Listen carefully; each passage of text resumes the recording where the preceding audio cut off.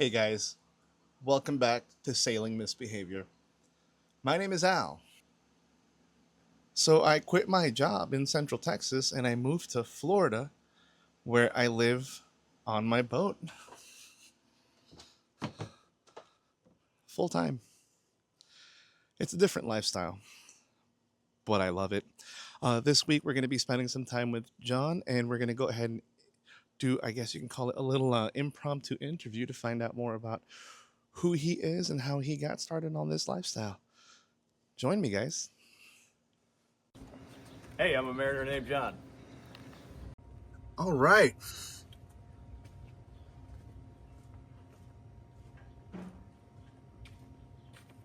Yeah, so the tripod's set up on the trash can. Let's hope it stays there.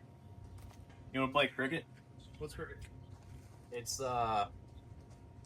it's a game to where you have to get 3 of each to close it out. If I get 3 and you don't, like you get 2, and I keep hitting it, then your score goes up. All right, I'll try. I'm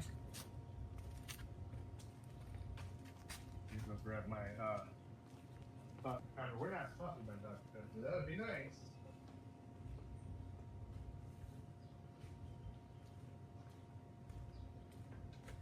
All right, We'll play cricket. you go first. So just shoot. All right, Yeah. gotcha. So what made you want to quit the land life and buy a boat? The cost to buy a house. It's expensive, isn't it? I know. Yeah, I was like, there's no way. I was looking at my options because I had just COVID had just happened. Yeah. My dream was to live in Australia, and I did for a little bit. I got my degree there, and then while I was in school, COVID happened. I went to an international school, so all of my roommates went back to their respective countries, and I just couldn't afford rent out there. And on top of that, it was like a nanny state, so I don't know. It was like a $2,000 fine during COVID if they saw you outside. Damn. So I had to Uber Eats everything. So I moved back to Florida because it was more free, Right. and I couldn't bear living with my parents. So I was like, all right, van life, RV life, or what about an RV on the water? And I started looking into it. My dad thought I was crazy. He's like, you can't live like that. And I was like, that's easy for you to say, dude. I can't buy a house with peanut butter and jelly sandwich like you guys were able to do. So I was like, you know what I mean? So I was like, true. oh, sweet. I just canceled out 20. Nice. So I was like, yeah, that makes sense. I'll live on a sailboat. And then I delved into the world and started learning about it. Fell in love. I feel that. I think there's something about the water that makes you feel at peace. Yeah, You know what I mean? I do. I spent part of my childhood on an island out in the Caribbean, and I need to be surrounded by water to feel comfortable. I don't know if that makes sense, but I didn't like being in the middle of Texas without an ocean nearby. 317s. That and the 120-degree weather was enough for me to. Just put I your like score it. in whatever you get. Yeah. Tap it in here. All right. So what island? You were saying the Virgin Islands, right? Yeah, St. Croix. St. Croix, and then we spent Beautiful some out time in Puerto Rico for about a year or so. Is that 20?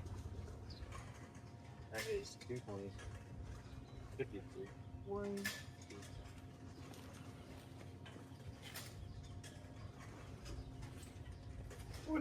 Like we moved over because of my dad's job. From what I remember, we would go to the beach a lot. And as an adult, going back to visit, it was very nice. I would retire there. I really would. It's hard to say. Know that. Yeah, we can go. My mom lives out there. She wants to see the boat.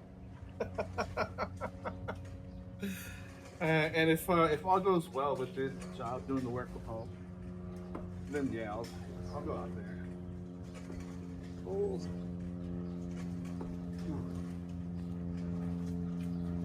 You got a bullseye. What else we get? 20.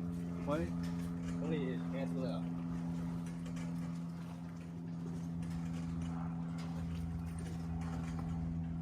You know, in the greatest twist of irony, I ended up leaving my corporate job like back in April. Been with them for like almost it would have been 8 years this year. And oh shit, I interviewed with them yesterday, and they extended an offer today, and that's right, guys. I'm gonna go back to work. Fun times.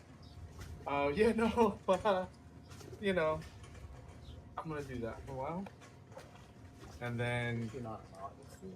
you know, that's true. The first few months will be an office, but after that, if my numbers are good, they'll let me do the work from home. That shit, dude, that is worth it. I've done work from home once, and it was enjoyable. It was better than being in the fucking office. But at the same time, oh, it's have AC. You know what I'm saying? Yeah.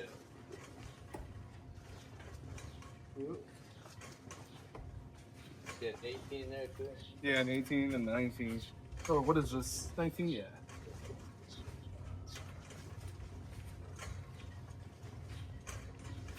Well, that's life. Do you watch any YouTube sailors out there?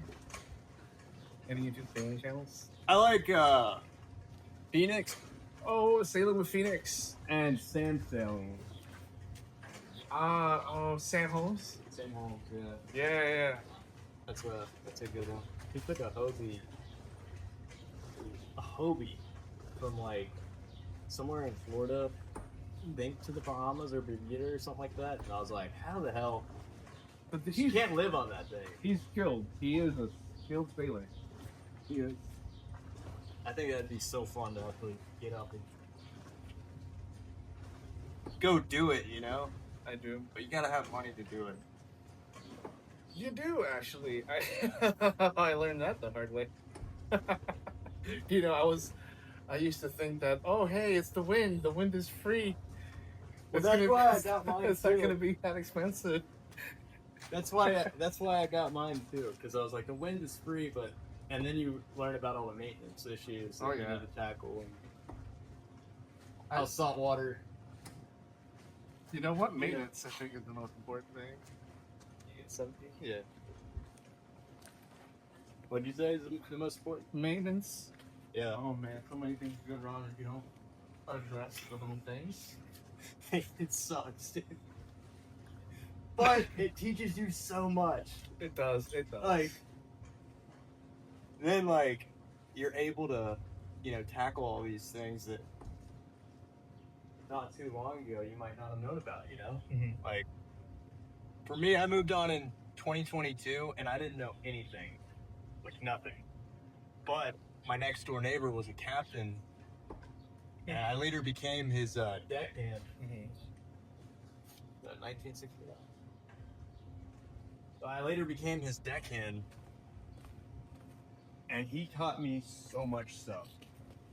We were slicing lines the other day. He taught me how to do that. He taught me really everything I know about boating. But I walked on not knowing anything.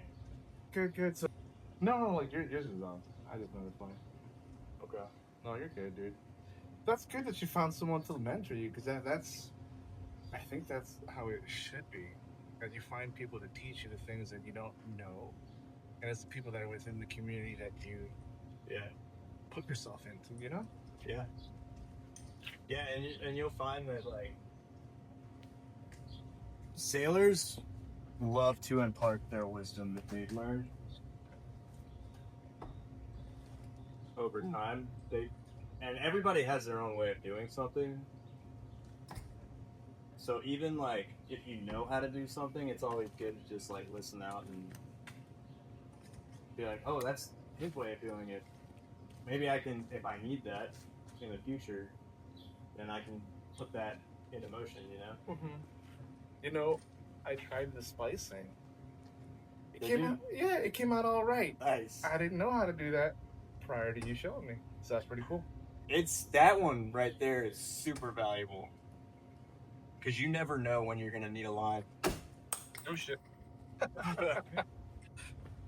You never know when you're gonna need a line for, like, whether it be your sail or you're coming up to a dock or really anything.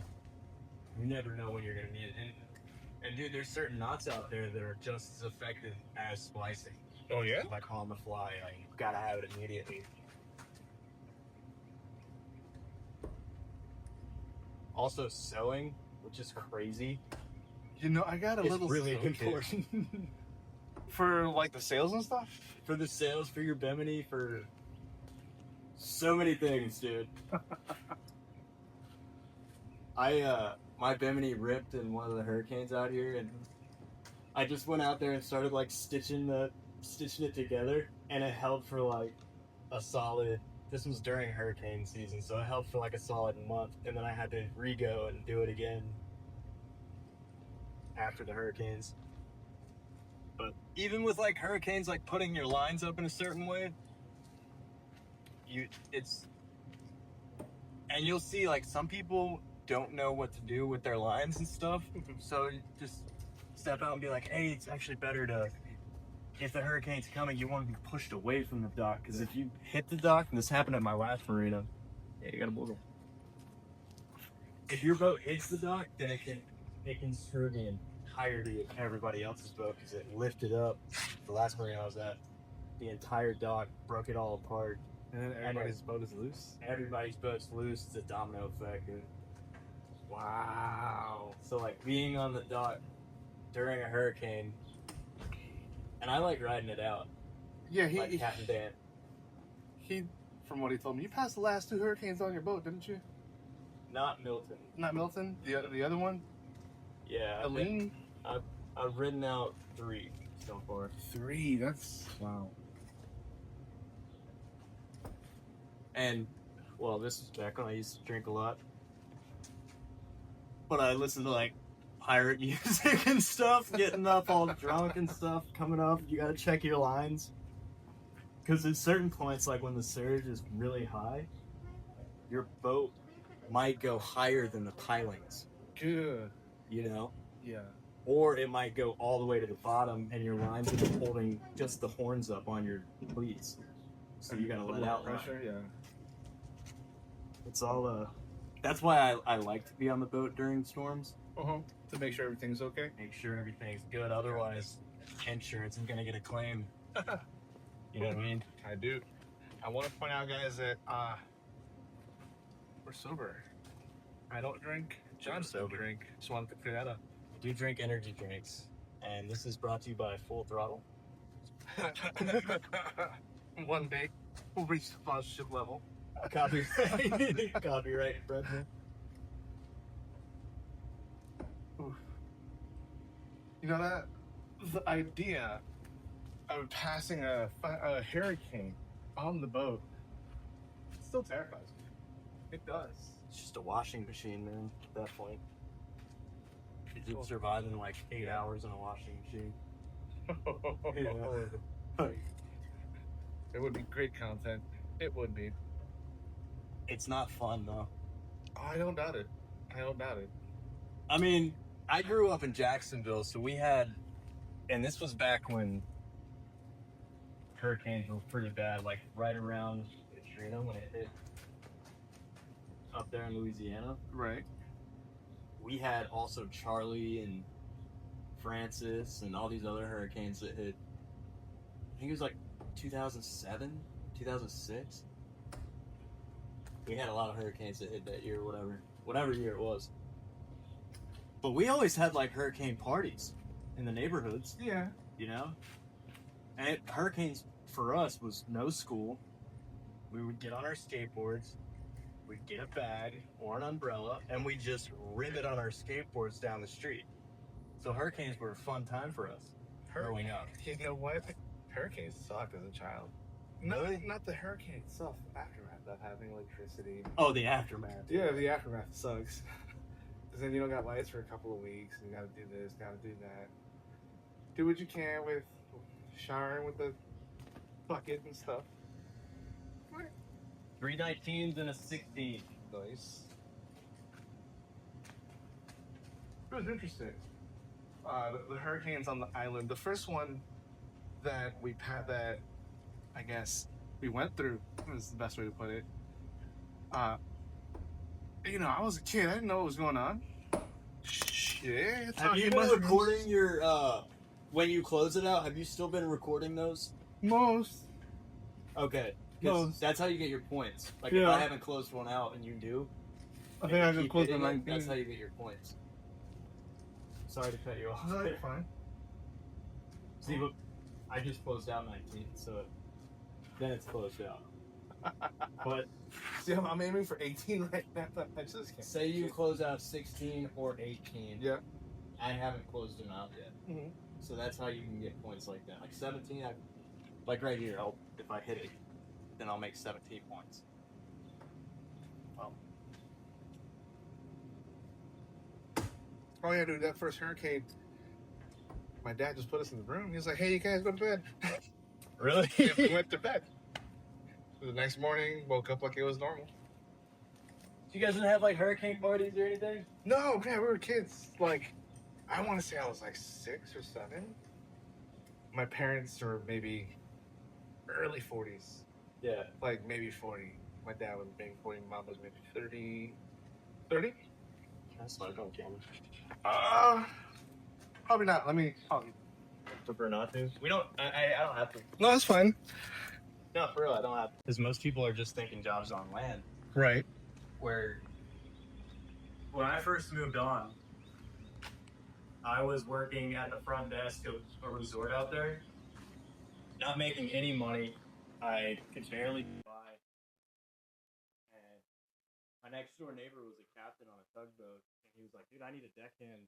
And I was like, I don't know. I saw it was a bridge that needed to be built, so I was like, "Oh, hard labor. I don't really want to do that. I'd rather sit in the AC and sit in an office." And then I started to think about it, and I was like, honestly, that would be pretty fun. Like embracing things that aren't comfortable. Dude, I'm gonna make my money on the water.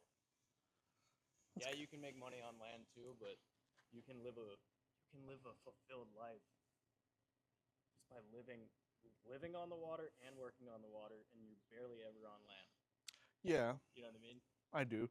That was my original goal, is to try to get rid of all of my land possessions and just transition to a full-time on the water Yeah. lifestyle. I almost cracked that code, but right now the only thing that's keeping me tied to land is how I earn money. Yeah, that's literally it. Go work on it. Why not? Oh no, I've been thinking about it. Like, It's not as The- hard as you think it is, dude. It's like, no, like you were telling me how it is. Out of those 12-hour shifts, you guys would be working like 4 hours. well, 5 the hours. job I have now, dude, I'm making money today. I'm on call 24 hours today, Yeah. and I'm at home playing darts. Why don't you tell them where you Yeah. work? So yeah, I work as a captain in St. Pete, helping tow people in, and I'm on call right now, making money. Cito. But I'm just chilling right now at home, waiting for a call to come in, waiting for somebody in distress so I can go help them out. That's really cool. But shit like that opens up for you, like things like that open up for you as you go through your steps, dude. Like all you need for that job is an OUPV, Your 6-pack. your 6-pack. And if you go work on bigger boats, which is kind of how I kind of got into it, and it was all God. Like he's orchestrated everything. But I got my 100-ton. I got my OUPV first. Had enough time on bigger vessels, so I got my 100-ton. Now I can run yachts and stuff. I'm getting my 200-ton A this couple week. days. Yeah, look at him Yeah. go. That's the way you do it. But now I can go drive a yacht. Yeah. It's just little steps that, and if when you work the deck, you learn so much more than if you were to go to like an academy. Mhm. That's why I call myself a hawse piper, climbing up the hawse pipe up to the wheelhouse. Oh, That's what it means. That's where you get it for your name. I got you Yeah. now. Okay. So yeah, I'm a buoyant hawse piper. I'm a cheerful Yeah. guy that climbed up the anchor line to get up to the wheelhouse. That's where you work the deck and you learn everything about the deck. Uh-huh. So you know how to treat your deckhands because you were once there. Right. You know what I mean? I don't know. That makes sense. It does. But- That's how you should be growing into Right. your career. Yeah. It's a fun career, man. Oh man, It's a different way of making money, but somebody's got to do it. all in due time. Yes, You know all what in I due mean? time. And not many people know about it. I That's the didn't. thing. I did not know about that. You know what? Nobody knows about it, dude. In one of the videos I posted, the audience, y'all got to meet our neighbors that live out there in the front. So I think they were telling us that like they run tugs. They're like Yeah. $500 to $700 a day for 6 months at a time. Yeah. My goodness, that is. Yeah, he was going up to Alaska. That's where you make your money. Buy a new boat every year. Goodness. But you're away from home for a while. But with that being said, then you get 6 months off. For me, when I was working on the tugs, I was 42 days on, 21 days off. Almost a whole month off. So wow. 42 days, but I mean, that's 84 hours a week of work. Yeah. You know? With that being said, you only had to do 6 weeks of 84 hours a week. And you get 3 weeks off. And then you get 3 weeks off. Hey. You know? And you're coming back home with like 10 grand, 12 grand in your pocket. Because you're not spending any money. You're getting fed for free and free living. You see that boat down there, bro? Is someone on it? Or is it just... It's on the anchor. Are you sure? Anchor line might have snapped. Yeah, because I saw that boat come from back over here, and it's just been going. You want to go save it? I don't know. Let's just see.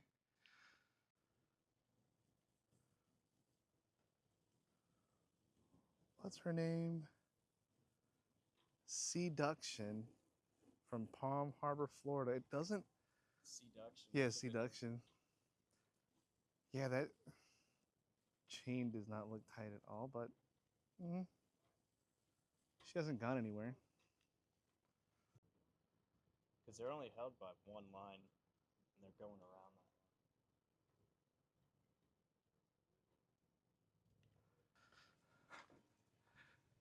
You know, recently there was this, I don't want to call it controversy, but I guess you could call it controversy.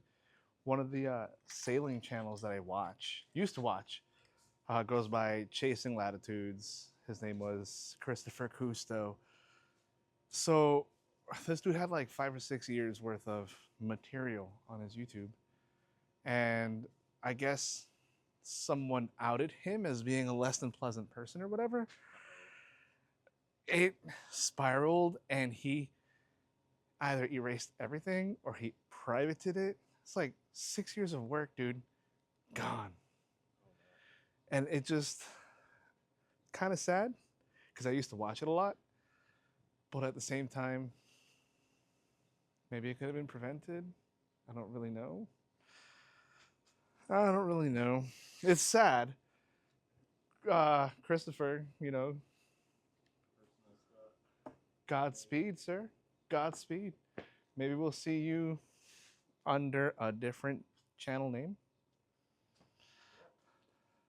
And if you're going through something, Oh, you don't dude. have to go through it alone. You know what? I'm probably gonna edit this next part out because I don't want to get into legal trouble. Yo, there was a bunch of little screw ups. You know what I'm saying? Yeah. That really turned everything upside down. They made a Facebook post, dude, and within a day of that Facebook post, everything was erased, like deleted and blocked. Allegedly.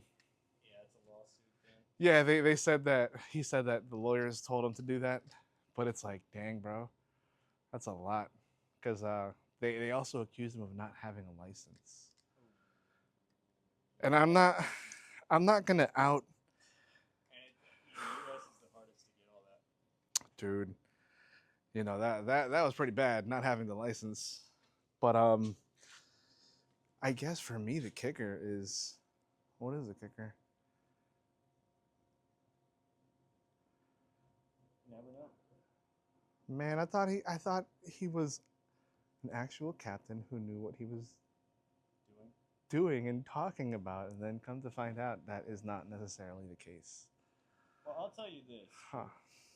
Work on the water is, if you can do everything perfect for like Yeah. 5 years straight and not mess up, but the one time you mess up just a little bit, you're fired. You know what? You know? It's I get it. I That's how it understand. is. Especially in the tug world, like push boats and stuff. You can be the best captain out there, but if you mess up one time, they will not look at how good you have done your job. They will fire you immediately. Just on that one mistake. There's Yeah. no loyalty in it. I feel that. There's loyalty in the crew that you work with, Yeah. but outside of that, they're not on the boat every single day, so they don't understand all the things that you do and all the sketchy situations that you've excelled in. Mm-hmm. They're on land seeing like, oh, well, I would have done it this way. You know, it's not a car. It's Yeah. a boat. We have 3 different variables that we're working against: wind, tides, and the way in which the boat rocks like this, like pitch, yaw, and everything like that. And there's like deviation, and like you never know where you're. I mean, you do know if you control it correctly. Yeah. But the compass is not always right because there's a magnetic compass and then there's true north and south. The magnetic field will mess with, and then variation as well. Like if you have like your phone on there or anything like that, it'll always mess with where you're aligning your stuff. What I have to do whenever I get my Master of Tow is I have to do celestial navigation. So I'll have to navigate from the stars. Wow. Yeah, Christopher Columbus stuff. So did they make you do that like at night? Yeah. Well, yeah. And then what they used to do back in the day is they used to just pick a star and just go at it. Mm-hmm. But celestial navigation is, I've heard it's incredibly difficult. And a lot of math goes into it. But like knowing where you're going is very confusing. These guys did it with no pencil and no paper. Well, they did it with pencil and paper. They had no electronics, I'll tell you that. Oh, no calculators. Yeah? Calculating where everything was. That's probably what it meant. No electricity. No electricity is a different level. It makes you, especially like, shoot, when we were in the North Atlantic, we were going from New York, taking a barge down to the Bahamas at a naval base. We had electricity. We knew exactly where we were going because the charts told us on the screen. Right. And exactly where we were because of AIS. It just gives you a different level of respect for the pioneers that did, like Magellan. Gives you a different level of respect. Like, these guys did it without that. And they went through the Drake's Passage, like the roughest sea, 100-foot rogue waves there. Do you know who fascinates me in those periods of time? Hernan Cortez. That's another one. This guy fascinates me. So he went on a military campaign completely illegally, and he became a fugitive the moment he decided to go on that military campaign. Right. And Spain said, oh, we got to go get him. Let's go catch him. So they sent somebody after him, right? So he lands. He takes off from Cuba, lands in Mexico, and he's like, all right, guys, burn the boats. We're not going back. So they burn the boats. That was their only way back. And they go into the jungle. The way that they capture this civilization boggles my mind because so many things had to go right for them. And the emperor, he knew that they weren't gods. But he also understood if he goes along with it, he can convince his people and control his people that way, like his natives. Wow. So he played into the conquistadors. The conquistadors, they went into the city, into the temple, a faraway land where they don't speak the language, and they told the emperor, "You're going to put a cross right here." They just flat out told him, "Your religion, not good. You're putting the cross right here." So they did, and that pissed everybody off. It led to the emperor being kidnapped while inside the palace. Can you imagine that? They kidnapped the emperor in his own palace, held him for ransom, killed him, took off in the middle of the night. A lot of them died. I think they call it La Noche Triste, the sad night. They ran with a bunch of gold, and they were wearing their conquistador armor. And the city that they were leaving was surrounded by water. Mm-hmm. So they fucking drowned. They all drowned. So the few that made it, they managed to escape. Uh, Cortez eventually made it back. Instead of getting in trouble, he said, "Hey guys, look, there's so much gold there. There's so much gold that you just have to forgive me and send me back." And they did. Wow. And he came back and he conquered the whole civilization. That is boggling to me. Can you imagine the amount of insects they would have had to put up with? Oh yeah. Well, dude, they conquered Florida too. The conquistadors. Yeah. Weren't they looking for the fountain of youth up here? Yeah, yeah. What was his name? Cabeza de vaca? No. Was it him? It was, well, you got DeSoto out here. Yeah. He tried to be the governor here in Florida. Wow. There was like 3 people at the time that were like rivaling with each other to be the governor here. Yeah. And they were all from Spain. And but he kicked out all of the natives, or most of the natives. I forget what time period. I think it was like in the 1700s. It could have been 1600s. But yeah, who was the Fountain of Youth? It's definitely out here. I think they were looking for it like in the San Augustine area. It was the St. Augustine area. Because that was the first city in the U.S. Oh, wow. Wow. The very first city was from Spain. St. Augustine? St. Augustine. Dang. Yeah. Wow. Ponce de Leon. Ponce de Leon. Ponce de Leon. And dude, it makes so much sense here in Florida because all of the humidity that we get. Mm-hmm. If you think about it, because I have family in Colorado, and they all look like they're 10 years older than anybody of the same age that's in Florida. Yeah? I think it's the exfoliation from the humidity. All the sweat. All the sweat that sticks to you because it doesn't roll off, and it's super humid here. Like, you're getting your face is getting moisturized so much here. Like, right when you wake up, it's, oh God, it's so hot out here. Also, that's helping you out with your age. Like, you look way younger than, you know what I mean? Yeah, I do. Because out in the West, like in Colorado and stuff, dude, they look so old. You know what surprised me about Colorado? Not everybody has AC. That surprised me. Like over here, a bunch of houses is like central air over there. Yeah. They don't have AC. It's not as prevalent. Wow. They don't need it as much. I think we went during the summer. Which makes sense. I mean, there's altitude. Yeah, it was like 65 degrees during the summer, dude, so I get it. Dude, my AC unit in my boat, I took a radar and I took a laser thermometer and checking the ceiling and the floor, and it was like 64 degrees at night. That's so nice. That sun's not here, dude. And that AC's rolling in, dude. It feels so good. I think I want to replace my system. Or at least put a window unit in, dude. Yeah, because the window unit saves me space. The way that the AC is set up right now, it's taking up one of the benches, so I have to move the cushion out. But like if I put it right there in the companionway or whatever, it's out of the way. It's a pain getting in and out. I see. Put it in your companionway. I see how you be jumping. Yeah. But then again, I had a buddy. He had 2 sailboats. The last marina I was at. Yeah. And you know the hatch on your midship near the bow? Mm-hmm. He set up like a box there and like anchored it in and anchored in an AC system there, so it was just constantly flowing. You know, they have those. It's like a Dude. hatch AC or whatever. You just put it on top. It's honestly that's a way to do it. You know what? That And it'll it's like an probably keep it RV. colder. It's like an RV kind of thing, isn't it? Yeah. Huh.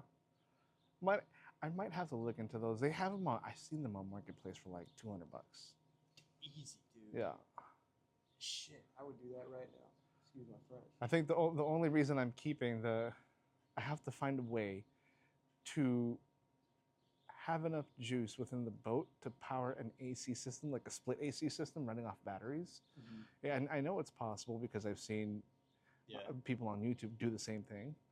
But that's really what I need to do. And for that, the first thing I'm gonna do is replace the charge controller and then put in like a bigger battery bank. I only have 200 amp hours. So that's nowhere near enough to power an AC for multiple hours at a time. Have you seen my other AC that I have? Which one? 'Cause I have two. Mm-mm. I have one that it runs off of salt water, and I'm curious to see if your boat would run it. Mine always trips my switch, but it's like a pump, and you just throw it overboard, like out of a window or a hatch or something, and it runs through salt water, goes through the system, and runs back out. But that thing is awesome. Oh yeah? Yeah, for me, it runs like 15 minutes, and then it shuts my breakers off. So I never use it. Okay. But dude, that thing is so sick. It's like a little briefcase, and it's got 3 different vents. Mm-hmm. The coldest you'll see, bro. Honestly, they don't even make them anymore. Dang. I'll have to show it to you one day. But that thing is sick. You know, And I if think it didn't trip my system, I would definitely use it. I think our boats are right about the size of being comfortable enough to single-hand it, but not big enough for a full-size washer and dryer. It's this in-between spot. It's nice. It's nice. Like I was reading online, this You wash lady. your clothes every day, one by one. You know what? I actually have a washing bag. Do you? Yeah. Sick. So I just put a little bit of water and like 2 or 3 pieces of clothes and just shake it around, rinse it out, and let them dry. But I'd be going. 5-gallon bucket for that. And just shoot, man. dump it in the water. Yeah. And then, honestly, you could just use like one of your lines that you have or stanchion. Just hang it from there. Hang it from there. Yeah. Easy. Bing boom bosh. It's easier when I'm like on the water versus like docked. Because like when you're on the water, you can actually do things. Docked, you have to not use the bathroom on your boat, guys. That's rule number 1. I do. I just. I'm hoping that's pee, bro. We're talking about poop. I don't poop right now, dude. I'd rather poop in a bucket and throw it in the Oh, the struggles. But that is illegal, and you shouldn't do that. No, don't do throw that. your feces overboard unless you're 3 miles off. Or if you're Bradenton after the hurricane and releasing feces into the water, but we're not talking about that. We're not talking about that. That is highly illegal, and we would never do that. Only fish are allowed to do that. Oh, goodness. No, but we got a pump out station here that Yeah, you take your boat, we both utilize. pump it out, and that's it. While you're docked, shouldn't really use the head. No, it's so much easier to just go into the marina provided bathroom versus getting your boat to smell like shit. Because that's what's gonna happen, dude. Your boat's gonna stink.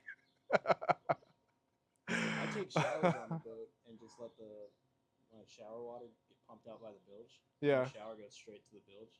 Yeah, I got you. And I got free. I mean, we get free water here. It's not free. It's within the price of what we're paying here, but I utilize it. You know, I think the last time I pumped water into my boat was about almost 2 months ago, dude. Are you serious? Dead serious. Dude, I got my system run, man. Well, I have 100 gallons, right? But like, well, I should let it run, and then pump it out. Yeah, let that pump run, dude. That's what it's there for. Also, your water heater. I just replaced mine because it got rusted out from the bottom, so it was going straight into the bilge when I turned it on. Mm-hmm. And when I turned on my water pressure, Mm-hmm. it it would go into my water heater and just go straight into the bilge. So I replaced that, and dude, I'm using it because that took a lot of work, a lot of The water plumbing. heater is nice. Yeah, dude. Well, it took so much work, man. Like all the plumbing and everything. Mm-hmm. It wasn't the same system that I had originally. I had to like tinker with it and figure out what's gonna work. And then when I got it working, I was like, I gotta use this now. I'm not gonna sit around on it, you know. Hey, winter showers are gonna be delicious. Oh goodness, hot Oh, water dude. when it's cold outside. Oh, Yeah. you know, look, Showers guys. are fun. You see me in sweats and long sleeves because there's a lot of insects out here. I don't know if you've been noticing, but we've been itching because I don't already got bit up on my hands, back of my ears. I'm doing a polka dance. That's what happens when you live out here by the water. That's life, guys. Just Like gotta one be of them, careful. German dancing boys, dude. Just Shoot. You know what is bad? Before I started wearing uh, sweats, I would just put on bug spray, but it still wasn't enough. I don't use bug spray. Maybe I should. I mean, you're still gonna get bit, bro. Still gonna get bit. Yeah, that's what happened with me. I ate way too much sugar. Let's see. I'm gonna smoke a cigarette real quick. Oh, yeah. All right, y'all. We got about 20, 30 minutes of footage that I have to edit there. John wants to come check out the engine on the boat. We're gonna go do that. But for now, we're gonna call it a wrap on this episode. I will see you guys next time, and I'll put John's ats on that description. You guys can follow him. He's pretty cool.